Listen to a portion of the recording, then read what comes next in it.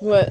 My shoulders. Oh. Hello, everybody. Hi. Welcome to episode 200 and something. You did a massive training session yesterday, didn't My you? shoulders are so sore. Anyway, well, actually, it's good because I want to talk about that today. I want to talk about, because I was playing with something yesterday. I want to talk two things: shoulder health and Q-1. Okay. Right. If shoulder health takes too long, then we'll do the next one, but I'm going to try to put it in one podcast. That's ambitious. Well, no, I had some people saying like they like the longer. No, I'm just you making things compact. That's ambitious goal. Yeah, more unusual. Anyway. If you like the longer podcast type, if you like 45 minutes more than 25, just tell us. I'm curious, by the way. I mean, Anyway, Julia just talks for 50 minutes and I just sit here and smile. and show your legs sideways and everything. See, someone say, "Oh, you're leaner." There you go. Which, by the way, we need to talk at some point about that. Like, you were not leaner, you lost water weight actually, because I think the prep exhausts you too much. Anyway, that's another podcast. Let's talk. But who cares? But that'll be part of the Q-1. No. That'll be part of the Q-1 Who cares? actually. Anyway, being tired is just... shoulder health first. So first I want to establish, for example, Olympic weightlifting versus bodybuilding versus strongman. So what I mean by that is, so what we see in Olympic weightlifting, the jerk and the snatch, those are not pressing movement because you're catching the weight. You drive with your legs, you get under, catch with specific back muscle, tricep, shoulder, the whole thing. It's not a press per se. And so I think it's very important we establish that, because I think, at least with CrossFit, they rely on catching the weight way too much and do not learn to press enough. Turns out that catching the weight is not the same as pressing the weight, technique-wise and tension-wise, and honestly muscle group-wise. So we're talking about functional fitness, then pressing strength is important, right? So that means like you need a strong upper back, you need strong triceps. If you see with Olympic weightlifting, they give you a very strong upper back. They don't necessarily give you a very strong triceps. Yes, guys can lock out like 200 plus kilos overhead. That doesn't make their tricep that strong, stronger than your average person, obviously. But I've seen some Olympic champion that could strict press 90 kilos. While jerking 220. Yeah. Or, 210. No, 220. Oh, something around 210 kilos jerk, but yet with only a strict press of 90 kilos, because it was all technique and catching the weight correctly. If you line up correctly, it's like a yoke carry. I was going to say, like, you had so many people, like, you discovered like weaknesses by that, like making them do an overhead yoke carry or a yoke carry versus their back squat, or their that was the S pyramid. But for example, my yoke carry was 1,000 pounds, my squat was 550. So it's a huge difference between the two. Why? Guess what? I don't have strong quads, but I didn't need that on the yoke carry because everything is lined up properly, and I just had to muscle my way forward. When you catch like that, you very technical work. It only works with a barbell. We're going to talk about that, because you can lock those shoulders in place, you can use your traps, but it's not a tricep thing, and it's really a trap thing and a locking the shoulder thing. But for example, so we have to agree that, come to the conclusion that it's not a pressing movement. So for functional fitness, we need to also be strong at pressing. Why? Well, first of all, because a lot of time you cannot catch anything but a barbell. If you're going to do a jerk, doing a jerk with a sandbag, stuff like that, is very hard. So you can bear it's very hard to do. Yeah, you because can push press it, but you can't. You'll notice that when your hands are in a neutral grip, then the jerk doesn't work anymore, or the stabilization is much harder, right? You can. So for example, in strongman, you have two typical way, which means pronated, which is going to be the fat bar, the axle, and then you're going to have the monster dumbbell, right? Both cases, people drive with their legs, catch it, right? So obviously on the monster dumbbell, you strong tricep help, but make no difference. Most of the good ones line up properly in order to catch and everything, which is why we got to the absurd point where we are at 150 kilo dumbbell overhead. So there's a guy, so I can't remember the Polish dude, who actually took a 330 dumbbell and put it overhead, catching it with one arm, which is completely absurd as a feat of strength. How insane is that, right? But if you see, he's a very explosive lifter. He drives. He has very strong shoulders, obviously, but it's a shoulder thing, not necessarily a tricep thing. He drives with his legs and then catches it properly, right? Whereas you had like a Sabikas who was just like bench pressing weight off his chest, and he had the biggest triceps out there. So a good way to look at it is in strongman is so you have the barbell and the dumbbell that happens to be pronated, but the second you go on the log, you see a neutral grip. That's the point of the log. And right away what you see is push presses, not jerks anymore. You see some people jerking the weight here and there, but most of the time what you'll see is a push press. Because with a neutral grip, here goes the jerk.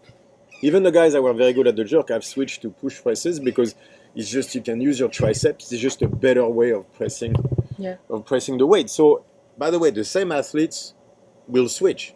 So Mitchell Hooper, right, has a technique for the log that is a push press, whereas on the axle it jerks. It does a split jerk. Yeah. And why is that? You see? Because it's on a barbell, the jerk is much more efficient, much stronger than the push press. The problem is on the log, you can't do it because it's too hard to stabilize. So you have to push press. So it exposes your triceps. Your true tricep strength is going to be the log. But, and also the thing with the jerk is it's far more efficient, like, taxing wise. It's hard on the conditioning, but it's not as bad as the push press. You have to understand that the true axle doesn't rotate. Okay, yeah. Right, so you can't do this. That means you have to take it like that, yeah. Lean back, catch under. It's an exhausting clean.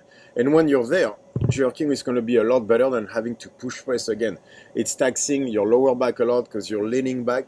The clean on the true axle is a fucking nightmare. You lose so much wear compared to a normal fat bar where we put the clips and then the weight rotates. Oh my God, that transition from here to here is so much easier. When it doesn't rotate, because you go like this, if anything it goes the wrong way. Yes. So instead of coming this way, so it's a nightmare. You can't you can't flip it with your wrist. So then the jerk is going to be a lot less taxing. Once you go for 1 or 2 reps, more than that, after that the explosion of the jerk starts to get conditioning wise gets very taxing. So you have to be very efficient with the technique. But there's a lot of them, like Martin Lissis. He jerks on an axle, he push presses on the log. It's just that's the way to do it. So from my functional fitness people out there, you have to learn to press. You cannot just rely on the jerk. And this is the thing I wanted to talk about today. When we look about Olympic weightlifting and bodybuilding, because we're in the gym, there's a mirror and stuff like that, you will notice that when you press, you always look forward. You never look up. And that's something I realized doing strongman, because when you have the log and it's on your face, you look up, which favor the push press. Even on the dumbbell, a lot of them, they actually look, when they clean, they start to look up and they look at the dumbbell as they press it. It's actually to stay in line because your body will follow your head, right? So it's very important, and you'll notice that on the sandbag as well. So this is something I wanted to bring today because I want you guys, my people, to try this. Try to do a push press with a sandbag, but look up. Which means don't look at the sandbag, press it, and keep looking straight and trying to push your head through. Instead, look at the sky and press the sandbag into where you're looking. So basically, your head should be pointing at the end of the movement, and then you look at it the whole time, and the sandbag will just reach the point you're looking at. I feel like it's really the way to go because it gives a lot more engagement on the lats, and I feel like you have a lot more stable, just much more stacked in the back. Right, so realize something like... and it's a lot of delts. I feel like otherwise it's so much like... Yeah, it's too much delts, because your head is forward. Yeah. So it makes the body follows the head, because if the head moves, the spine moves, the tension is different. So I want you to see the type of tension that you create if you just look up and press into what you're looking at. What you're going to realize is that you can depress the shoulder blade much more easily looking up than looking forward, which makes sense because the head decides the position of the spine. So if you have a log at the gym, try that with a log. Clean it, look up, press into it. And I feel like you can brace the midline also more correctly. Way better. Because way better. I suck at pressing, so I've been trying a lot to learn how to press, and I felt like looking up really changes your bracing here, where you have a lot more tension, where when you do other movements, you want to be a lot more like this. Then when the pressing, you want to be a lot more open. A lot more open so that you can depress the shoulder blade. Exactly. But and think about it lats. on the bench press. How many bench press people do you see looking at the bar, come down and go back up? But so basically by lowering the head, and I used to do that, like you're naturally going to have a tendency to round the T-spine. And a lot of bench pressers teach you to come here, they look up. Why? Because then they can depress their shoulder blade, which is better lat engagement. So if you have a trouble engaging your lat on the press, whether bench press or strict press, try teaching yourself looking up. Yes, when you go back to the jerk and everything, you don't want to look up. But by then, you will have learned to depress your shoulder blade and to engage your lat correctly, which can then carry over to your normal jerk looking forward. So I would say spend at least half the time, and if you come from CrossFit, more than that, 2/3 of your time looking up and working on your push press. Stop catching the weight, start using your triceps, start looking up and press through the triceps. You're going to see that it makes, for your upper back and your shoulder health, a humongous difference. Yeah, and it only makes sense that once you start pressing that way, you create strength that you can later on use. Obviously. And you're much more stable in your catch too. So you're going to get a lot better at it. All of us on this are facing a problem, which is a global gym problem. Most of us started with that, at least from my generation. We started in a global gym. You have two problems in a global gym when it comes to pressing. First of all is you're looking at yourself in the mirror. Because whether it's because you want to look at yourself or checking your form, you're going to look forward, right? So imagine doing an incline bench press and looking at yourself. I mean, your head is like this while you do incline. You could see how the positioning of the T-spine could go wrong very fast. I think that's why I always had an issue with my my incline. So for two reasons, because I'm naturally arched, so I always wanted to arch the living shit out of my incline. But people were like, you're not working the upper pec. So I made myself do that. Go like almost around my mid-back in order to stay flat on the bench while looking straight. And so my T-spine was in the wrong place, and the incline barbell press always wrecked my shoulder. Yeah. And by the way, so because you made that point today, so I want to give you credit on that. Janet was making a very good point. When you're at the global gym and you try to look up, that means you're staring at the light. Yeah, that's uncomfortable. Yeah, it's very uncomfortable. So naturally, you're not going to do that. So that means you're going to go back to where it's more natural. Because who wants to look at that fucking like LCD light, like hospital light? Imagine doing that while struggling, opening your eyes while the stuff is in your eyeballs. That's not enjoyable. So and on top of it, there's movement. You can see on the mirror that there's movement. So you're going to look at it. Yeah. By looking at it, the T-spine is in the wrong place, and then we run into problem. So from the bodybuilding to the Olympic weightlifting, everything is always looking straight up. Again, we're talking functional fitness. I do not believe this is the most functional strength we can have. I've made that point many times. Upper back, lats, triceps. Yeah. That's what matters. I really don't like the global gym. I mean, I've never been into a global gym until I did strength sports. With me, yeah. And I hate the mirrors because I'm way too narcissistic. I'll look at myself the entire time. Now that when we go to the global gym, I make myself wear like a long pants and a long shirt because my leg look good. Look at that ass. Yeah. Hell yeah. That girl that has an ass. Oh, it's me. Like, wow. I didn't even realize it was me. Who is that girl? Yeah. Damn, she's got a nice ass. Yeah. I look at my hair. I'm like, damn. I can't do that anymore. I used to have long hair, so I could do this, but I can't anymore. When I had the flowy hair, my daughter really wants me to come back to the flowy hair. I was, honey, that train has left the station. No, anyway, this is the look. The shaved head with tattoos. Oh yeah. Anyway, right? I have to stay true to my Viking/white trash statement. But anyway, you only need a pickup truck, and then you're just complete. So we moved to Texas, start shooting gun, get a pickup truck. That's my dream. I'm telling you, it's my dream to learn how to shoot guns. I wanted to learn so bad how to shoot guns. All these spills moving to Texas. I'm not, but I'm just saying. Pickup trucks, guns. I wouldn't be against it. I wouldn't be against it, honestly. Texas, Austin is a cool city. Right now we're in Brazil. Anyway, we're jumping subject. Work on neutral grip pressing, right? Because it's going to blow up your triceps, and do it while looking up. So when you do pin presses, which I like a lot with bands or whatever, again look up. You will see that the engagement of your lats and your T-spine is very, very, very, very different. And I believe extremely necessary. I think also you can hold the tension throughout the entire movement when you engage that way. Right. Especially when you do... I really like the bended pin presses for that because it learns you to have tension throughout and makes you... By the way, once you're on the bench, don't move your head, keep looking at the same spot. Pick a spot and just look at that. When you push press, start the movement until you're basically almost locking out, look at the sandbag, and then at the end you can push your head through in order to stabilize the bag if need be. There's a lot of Mitchell Hooper, for example, he presses the log and he stays there and he pushes his head through only as little as he needs to get a good rep. Because anytime you push your hips through, you're going to put more stress on the shoulder. And if you're in a neutral grip, like when I go in a pronated, my shoulder stops me from going further.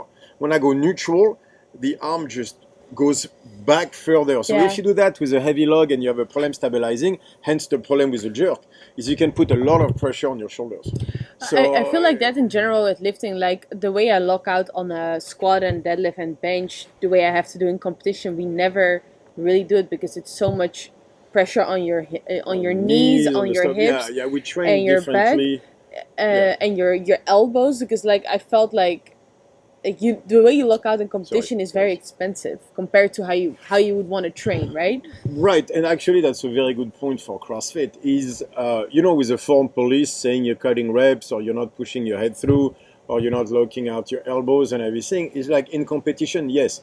In training session, if your elbows are a bit iffy or whatever, don't lock out your elbows fully. Just extend your arms, but don't lock out the joint. You should never really truly lock out your joints. It's like on a deadlift, for example, in competition, you have to have your legs straight. Right, so soft knees in training is fine, and then learn that in competition, you're going to have to lock. But don't do it too often. Same thing with the back. Push your, squeeze your ass, squeeze your glutes, pushes your hips through so that you can finish the lift. But you don't have to do that, lock your knees, and then arch at the same time. You're going to wreck your back. Like, training is not competition. You have to learn to understand what is it you're doing. Which brings a very important part, because we are talking about your competition. It brings the point of the Q-1 is food ingested is not food digested. The only thing that matters to us is food digested, right? The problem is in today's age of information, not knowledge, but information, more is better. Because most people make their money online, that means that they always have to promote more information. Why? Because they have to do the new thing. Yeah. This works better, you have to do more sets, there's a new exercise, put your thumb this way. So basically, always more information. Yeah. More is better, continuously. But better is better. Good job. More is not better, better is better. Good job. You listen. Yes! There you go. Last week I had a good question. This week I have a good... Damn. Yeah. Don't start thinking too much. It's not good for me. It's because you rested for 2 weeks, so your brain started working again. Yeah, anyway. So... No, but it's true. Like, the age of information is more is better. Because that's also how money works in that sense. So, but the truth is that's not what training is about. So what the problem with more is better is you see that with volume training, right? Everybody is the same. When you start to favor volume over intensity, you end up with a problem is what does success look like? Well, with volume, it's more because more is better, back to the same mentality. So you start by training an hour.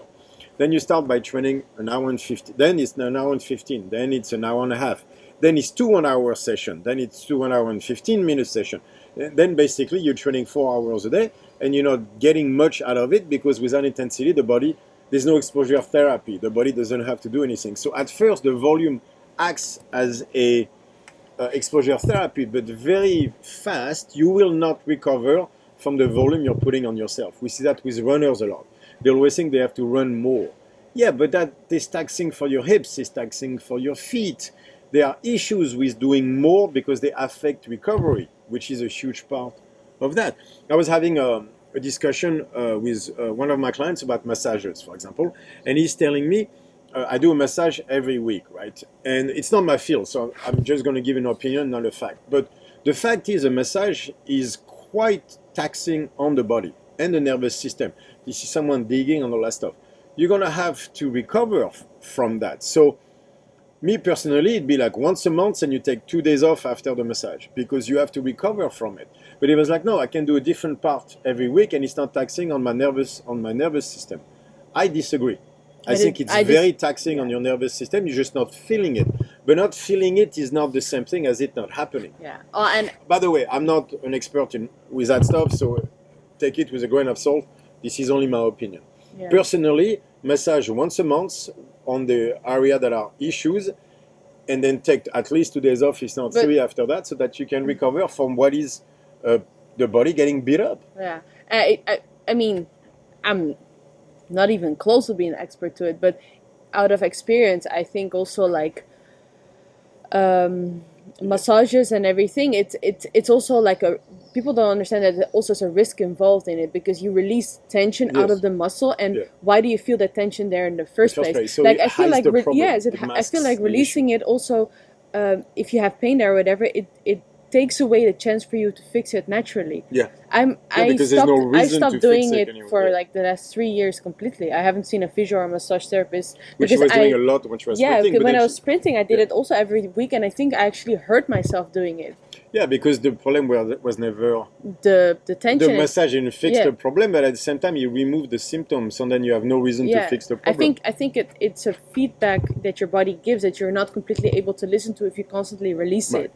I mean, it's probably good to a degree once in a while, but that's the problem. It is good to a degree, but then we get into the more is better. So now what you have is you have people that are training, that want to train like 2 hours every day, and then to recover they do a massage, and then they do this, and then they do a sauna, and then but like, are you recovering from each thing? A sauna, for example, it's a cardiovascular workout for the body because of the heat and everything. Not the like the real sauna.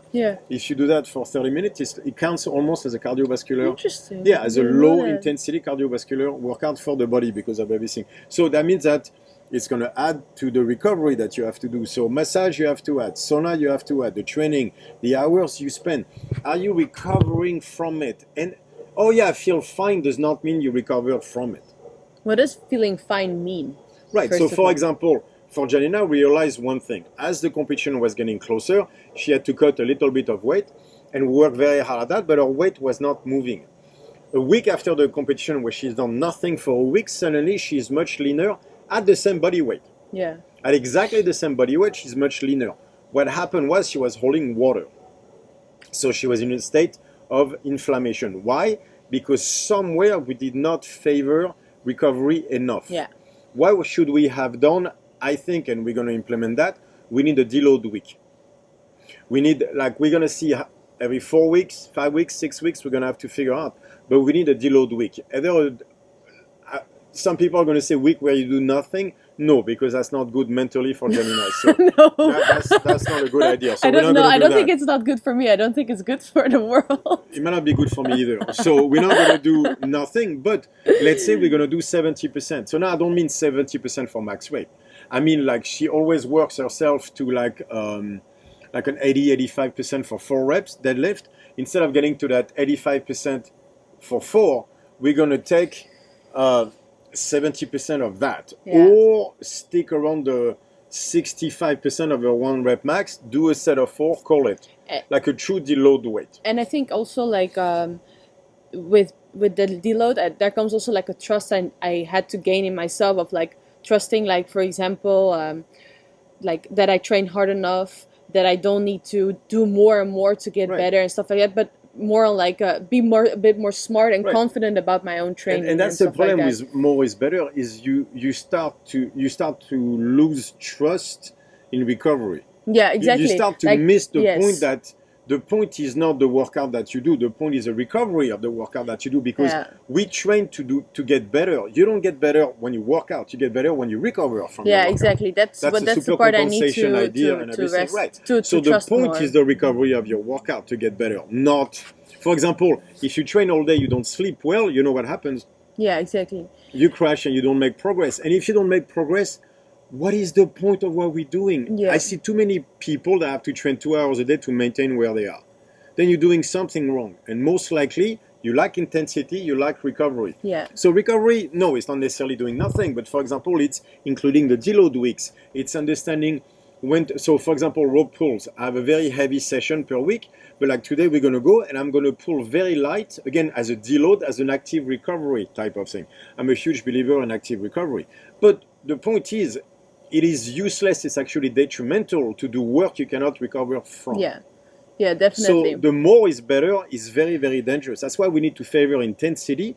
And the only question should be, how hard do you train and how much recovery do you need for that training session? Yeah. Those should be the only questions about your workout. Yeah. So why do I talk about that? Because when we go toward the technical work, all the stuff of more is better, or for example of YouTube, what you are given is more information, where actually what you need is just to take one thing, get really good at it, and recover enough from it. Yeah. So it's a completely different mindset. Yeah, and I what I also learned with that is that, for example, like, okay, yeah, but I used to train like that, for example, 2 years ago, and it worked perfectly for me. Yeah, but 2 years ago you were 5 kilos lighter without muscle. You did a lot more, but you did it less well. So you had to do more to learn. Now I'm And plus you're here. 50 kilos fucking more weight on the movement Exactly, 2 years and that, later. yeah, And it's so not the same. it's not the same thing anymore. It's not the same thing anymore. And there where you have to start to gain the confidence of like, okay, I can feel my body, I'm doing enough. Yeah, but like it's a bit constraint versus objective, right? Yes. So, yeah. Actually, that's a very good point. Constraint versus objectives, because that's that's the issue with all this of doing more. You can always do more. The constraint is not that. The constraint is training ingested is not training digested. The constraint is recovering from what you do. So that means that the second you add something more, you also have to add the recovery. You know, we talk about the push-pull, like for every push you get 2 pulls.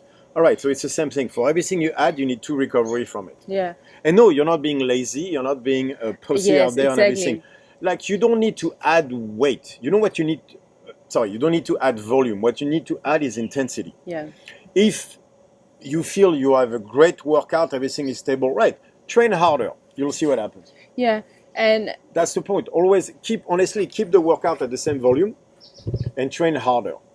That alone, by the way, you'll have to modify your recovery, everything, but that will make you progress. So in your case, actually, I think we did too much. I think the prep was very good, where we missed. So I'm not going to reduce what you did. What I'm going to introduce, I am, but not through your normal training.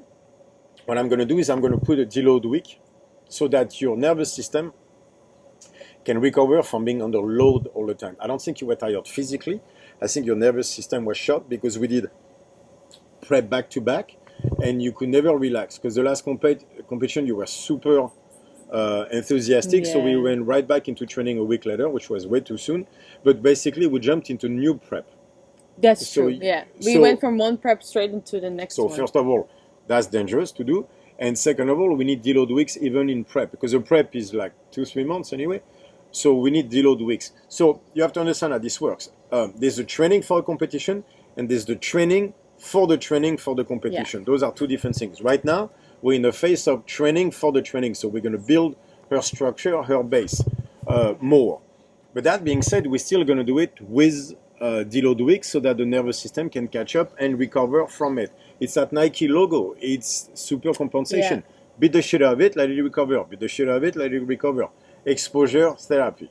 Yeah, that's what this is. I feel like in training for a prep, like training to start a prep, or like the base training, is very important because now there's and that's where I had 2 weeks of rest, where you have to reset your mind again towards, you're not working towards something, but you're working towards like getting better, generally speaking, and there's a relaxation, because in a prep, every training session matters to a degree, because you only have so many before your competition, where this training session doesn't matter, but it matters more because it's block entirely that matters, and that gives you like a better perspective. I feel like there's a tremendous relaxation in it. Right, so like one is as a strength athlete, which is what we're doing now, which is the base. The other one is as a powerlifter, because now we're prepping for the competition. Those are two phases of training. But recovery is key in both. So understand, and when we were talking about the shoulder, what was the point was of all this is work on your push press. Do it pronated, do it neutral, on a neutral look up, and work on getting better at that. You don't need extra technique. You don't need extra fancy exercise and everything. It's like, are you already maxing out? Are you just set on your push press? Just work on that. Yeah. Like you try to catch the weight and everything. It's like you're in balance now. Work on your push press.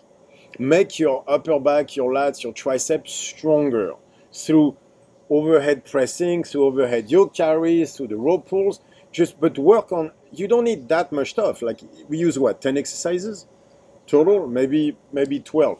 Just get really good at that. Yeah. Look what CrossFit did. There was a wall ball, thrusters, and a pull-up bar, and some bodyweight exercises.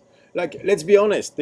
At the beginning, there was how many CrossFit movements with all their unknowable? There was maybe 15, and they got really far with that. Now there was issue in the choice of exercises. Too much reliance on the barbell, too much reliance on Olympic weightlifting. Right, but they still made a shit ton of progress with just that. Yeah. So you add the exercises that we have here, and get better at those. And you might get surprised how much it transfers to other things that you're not expecting. Exactly. Even to get your jerk better, instead of working continuously hours a day on technique, at some point you have to get stronger. Technique is great, but at some point you got to get stronger, and that's upper back, lats, and triceps. Yeah, technique is not nearly. So work on your push press. Take a sandbag, clean it, look up and press, and work. Get really strong at that, and you'll see that will carry over on everything. I think if you focus on getting stronger and moving well, that's all the technique work you basically need after. No, but even Klokov was saying it. Like he was like, guys, stop working on technique, get stronger. Yeah. Like that was his thing. He was a very strong individual, and he's like, yeah, but at some point, like the Chinese do that a lot. At some point, it's like it's 70% assistance work, which is getting stronger at specific things they suck at, and 30% on the actual lifts themselves. Because once you have the technique down, which is honestly like in the East, by the time, because they start so early, by the time they're 15, their technique is set. After that, it's just, again, getting stronger, right? It's mostly that. And that takes time in aging as well. So right? yes, you started at 23, so it's harder, but understand that the technique at first will yield a lot of results because your strength is so much higher than your technique. Mm-hmm. So a lot of technique at first will allow you to catch up so much. But there's always that moment when your technique passes your strength, you're going to get stuck as well. Everything is an arch. Strength and techniques, definitely. You see that in Jiu-Jitsu. A strong guy, white belt against a purple or brown belt, gets his ass whooped any day. Right. But the second he gets to purple belt, like a super strong guy with a purple belt against a black belt, the black belt is going to suffer. Yeah. Because the gap in technique is not large enough to now look at strength as something useless. Because at the beginning of Jiu-Jitsu, everybody was like, oh, strength is useless. That's bullshit. Once the wrestlers came in with a good understanding of grappling, they show that strength matters tremendously. By the way, wrestling is an example. Everybody's good at technique in wrestling because everybody starts, if you make the Olympics, chances are you started at 6. Everybody understands what the technique is. After that is conditioning and strength and grit. It's not, yes, the technique aspect matters, but trust me, in wrestling, grit, strength, conditioning, those things matter tremendously. Karelin was the strongest dude out there. It's just, it is what it is. There's a fantasy toward technique because it sells. Oh yeah, and you know what doesn't sell? Get stronger. You know what I mean? Yeah. Right, but it's teachable. That's all. Right, but en plus, if we say get stronger, it's like technique doesn't cost much. It just costs hours of doing the same movement, just boring. Yeah. Whereas, strength, like you know what is required for strength. It's going to be a fuck ton of work. It's going to hurt everywhere. Like it does. Getting stronger doesn't sell. Not like technical stuff. It's pretty, it's this, and then they give you a PVC pipe and we put the marks on the ground. Yes, that's a good point. That's a good point. I think they sell hope. I know that from the sprint world. You know, they just sell you hope. They just tell you like, oh, if you just get your foot a little bit more like this, you're gonna gain another 0.002 seconds, and that will maybe. But if you add all that, you have half a second, but it's not true. At the end, you have to get faster. At the end of the day, also like, yes, okay, that foot for a general sprinter, is that also my technique though? Yes, that's true. And is it applied to me? Like, I think I lost years spending on technique where that was not my technique. And I think it's just a way of selling hope, selling a training program, selling athletes to come to train with you, where at the end of the day, I started at a certain time. I got a lot faster because I got older, and then I started to do technique, and it maybe gave me a tenth of a second, and that's it. But I think it destroyed you everywhere. Where if I would have done strength training, I think I would have gained that maybe even more than training technique. Less injuries anyway. Yes, and longevity. You would have learned to run your way. Yeah, exactly. Which think tension over precision, as some may say. I think they're not just selling a programmation, they're selling their program. Yeah. Because that's the only thing they know. Yes, and exactly, and they look smarter because they can explain to you to the T where you're wrong and how we're going to approach this. So they rope you in that way, and they build that relationship, which, of course, it's important and in the end, I don't think there is a bad intent with it. I think it's very unconscious. Hell is paved with good intentions. Exactly, that's what I think as well. But did you still want to talk about the Q training? Well, we are. I mean, while we're at it. We have 35 minutes. Yeah, let's go into it. So, because actually it leads to this.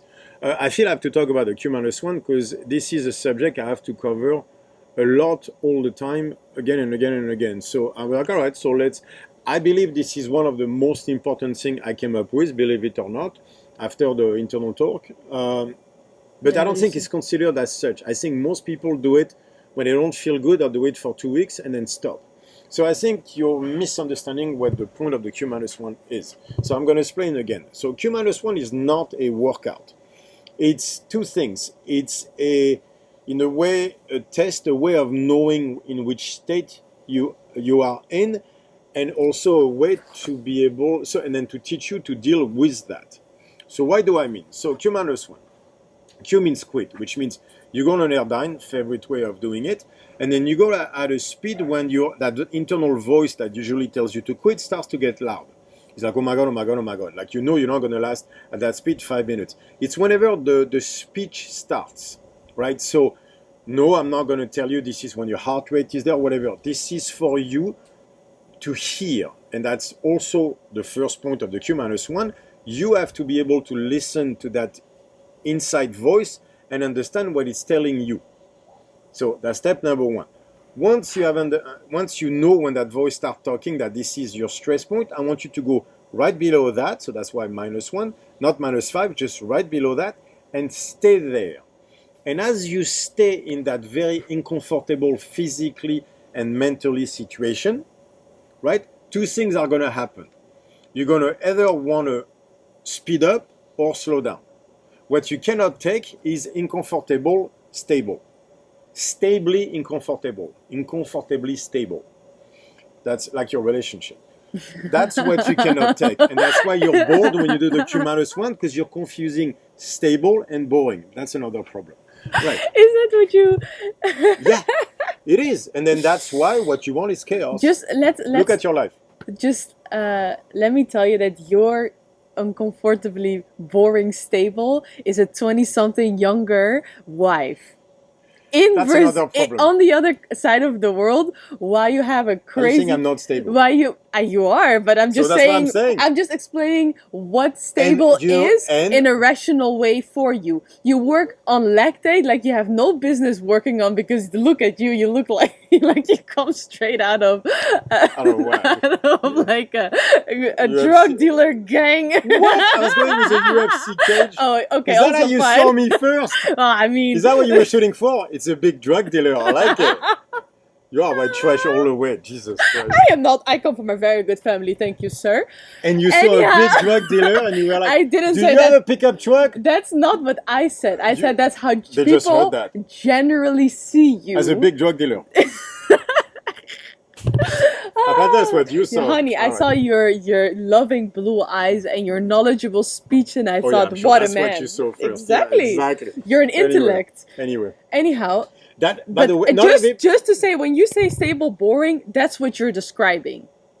Working on crazy things with UCLA, changing the world of, like, that's your normal stable. No, let me just explain. Not everybody has the same number on the airdyne. Okay, so what is your number on the airdyne? 65. What is your number on the airdyne? Everybody's different. All right, let's continue. Anyway, so the point is, you're going to find that moment where you're uncomfortably, mentally and physically, and you're going to stay there. And what we see, it's either right at the beginning or like 4 minutes in, the stress starts to get to people.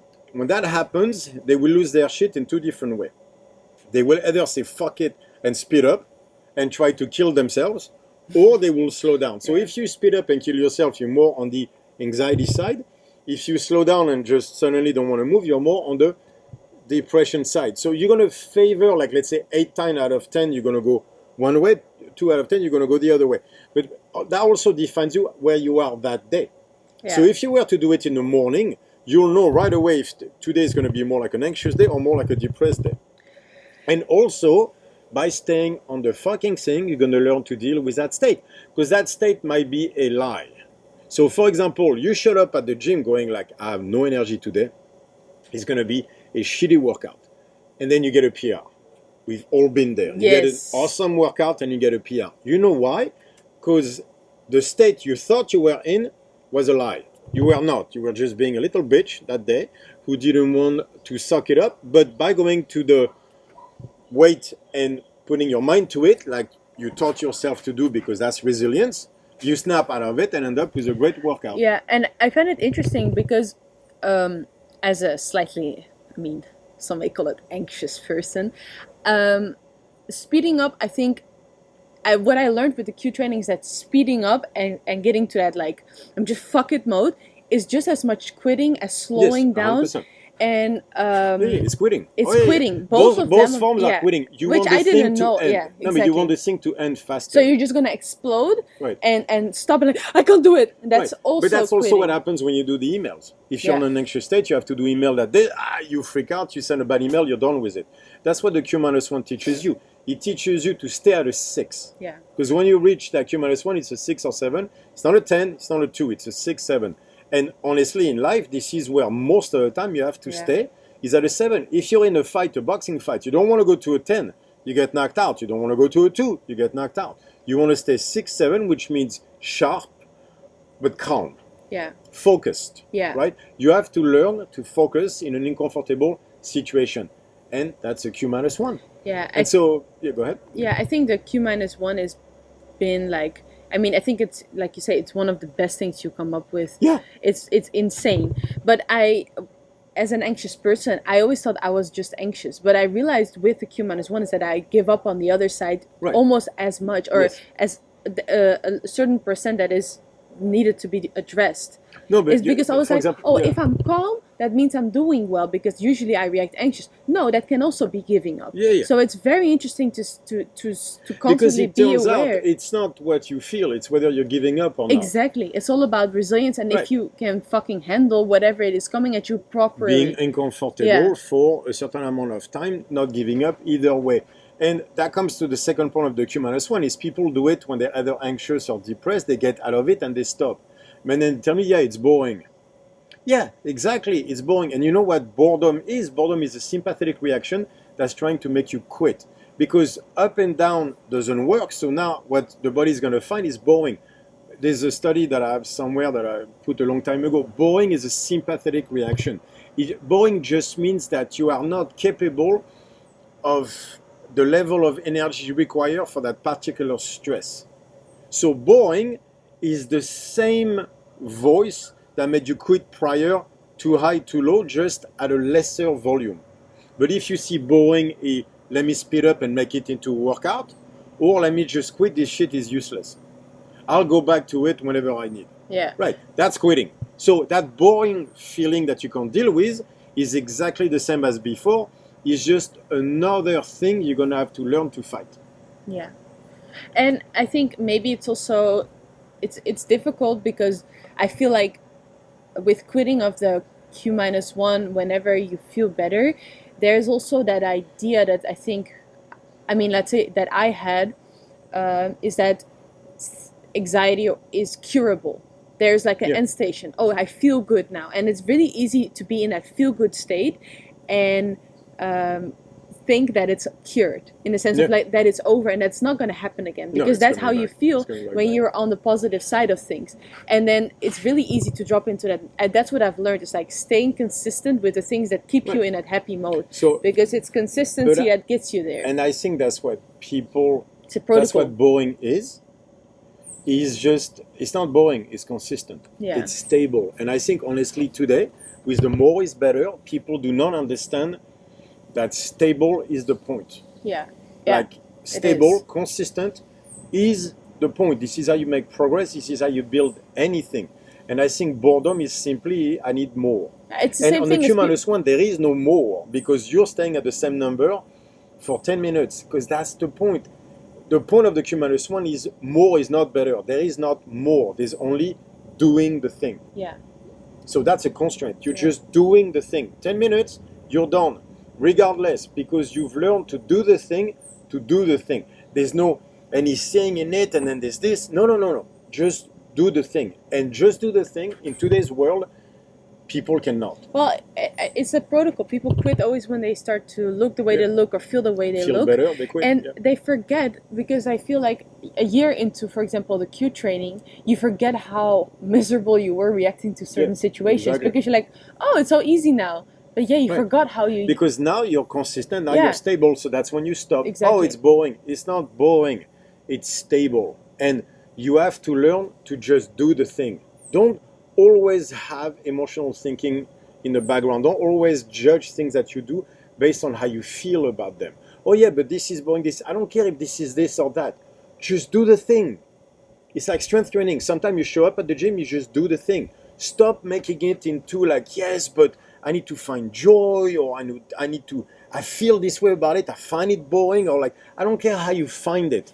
That's not the point of the Q-1. It's just for you to do. It's fucking 6 to 10 minutes. Give me a break. And the effects are tremendous. Just learn to do the thing. That's what I think people have lost the most, is the capacity to do the thing without turning it into an emotional conversation about how they feel. I don't care. By the way, if you keep telling me how you feel about the Q-1, just know that deep inside, all the way to my surface level, I do not care. Well, the more you talk about doing a thing, the less you're actually doing it. Right, and just do the thing. Just do the fucking thing. Yeah. That's all. You don't have to find anything in it but the results you're getting from it, which is a stable mind. And I think today's world, people find stable to be boring. Yeah. At least that's what the OnlyFans girls are saying. Which shows you how right we are, because whatever they say, it's wrong. It is actually, in a way, it's the life we are in is a life of quick fixes. It's the sugar. It's the online social media, more information. It's incompetence. It's hiding incompetence. It's OnlyFans. And in a way, it's easy. It's everything that is easy. Yeah. Competence is not built on easy. Competence is being built on doing the thing over and over and over again until you get really good at it. Yeah. It's anyway. I think now that I'm thinking about it, actually, you're not drug dealer. You're more Ragnar. I'll take Ragnar. Yeah, I have to correct myself. You give more Ragnar vibes. I thought about it. I'll take that. See you guys next week.